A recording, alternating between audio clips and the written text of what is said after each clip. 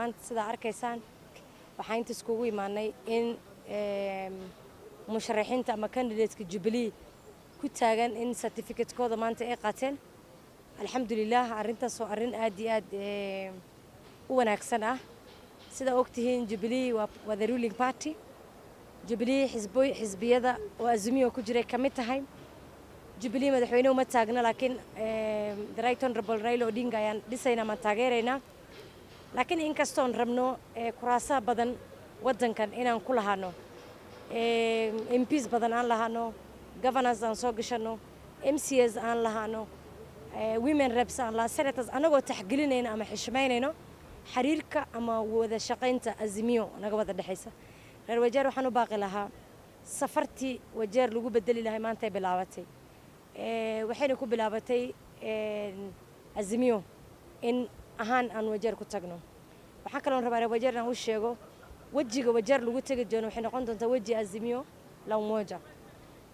anagoo ah gurigeena uu yahay Jubilee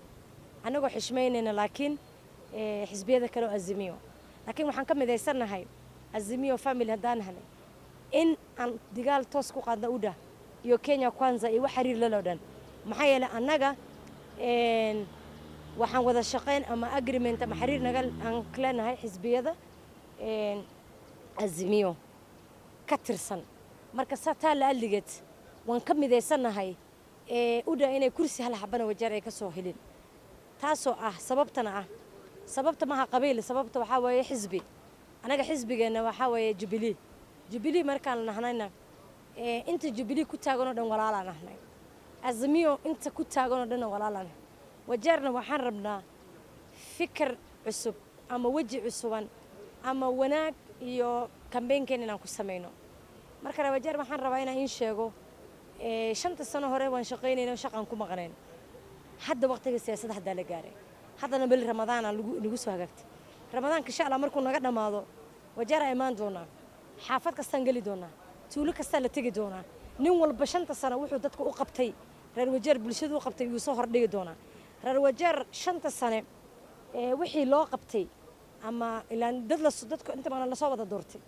track record-keena ama wixii aan Wajeer u sameynana hor yaalo taasaan hor dhigi doonaa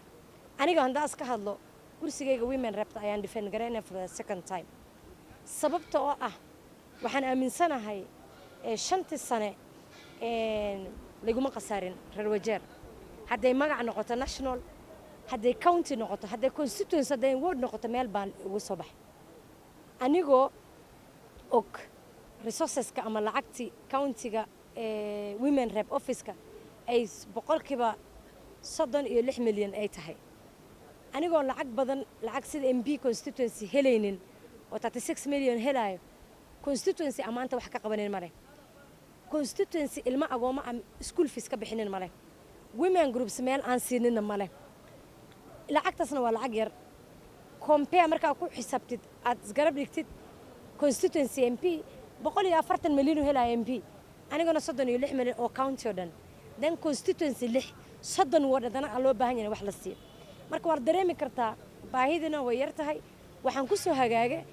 waqti ay corona jire bandow wadanka ka jire 2 years aan shaqaynin abaar xun ay soo gashay ayax uu soo galay wadankii markaysan waxaan aaminsanahay 90% inaan reer Wajeer xaqoodan aan siman aan u shaqeeyay wixii li soo doortay national government baarlamaankaasna si aan weligeed loo arkin aan Wajeer aan waxa la yiraahdaa aan wakiil ugu noqday ama aan u xaqooda aan ugu digaalsamay maxaa yeelay anigu xafiiskayga gabar ay horeysay women rep 5 sano waxay dhamaatay iyadoo la aqoonin ay ku baxday laakiin aniga alxamdulillah maanta yar iyo weyn curyaan iyo caamo